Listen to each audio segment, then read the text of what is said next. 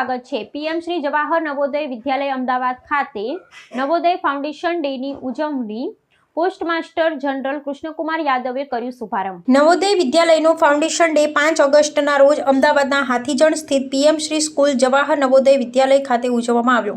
કાર્યક્રમનું ઉદ્ઘાટન મુખ્ય અતિથિ તરીકે ઉપસ્થિત ઉત્તર ગુજરાત પરિક્ષેત્રના પોસ્ટમાસ્ટર જનરલ કૃષ્ણકુમાર યાદવે પ્રાચાર્ય આર.કે. દીક્ષિત તથા અન્ય મહાનુભાવોની ઉપસ્થિતિમાં દીપ પ્રજ્વલન કરીને કર્યું। આ પ્રસંગે વિદ્યાર્થીઓએ મણિપુરી નૃત્ય, ગરબા, દેશભક્તિ ગીતો સહિત વિવિધ સાંસ્કૃતિક કાર્યક્રમોની મનમોહક રજૂઆત કરી।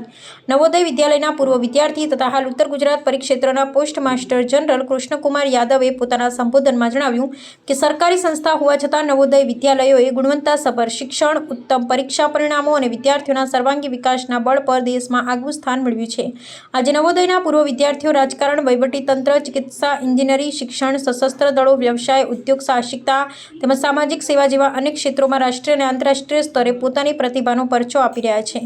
તેમણે જણાવ્યું કે હમી નવોદય હોની ભાવના સાથે આજે નવોદય એક પ્રતિષ્ઠિત બ્રાન્ડ તરીકે ઉભરી આવ્યું છે। નવોદય ફાઉન્ડેશન ડે નિમિત્તે યોજાયેલી ચિત્રકલા સ્પર્ધામાં માનવ અને મયુર ઠાકોરને પ્રથમ, મુદ્રાને દ્વિતીય તથા વેદ પરમારને તૃતીય પુરસ્કાર એનાયત કરવામાં આવ્યો। કાર્યક્રમનું સફળ સંચાલન ધોરણ 11ની વિદ્યાર્થીનીઓ ખ્યાતિ અને અંજલિએ કર્યું। આ ઉપરાંત નવોદય વિદ્યાલયના પ્રગતિના વિવિધ આયામો પર ચર્ચા કરવામાં આવી। પૂર્વ વિદ્યાર્થીઓ ડૉક્ટર જયેશ વાજા, અનુપમ પરમાર ને મેઘિલ ચૌહાણે પોતાના અનુભવો અને સફળતાની સફર વિદ્યાર્થીઓ સાથે વહેંચી।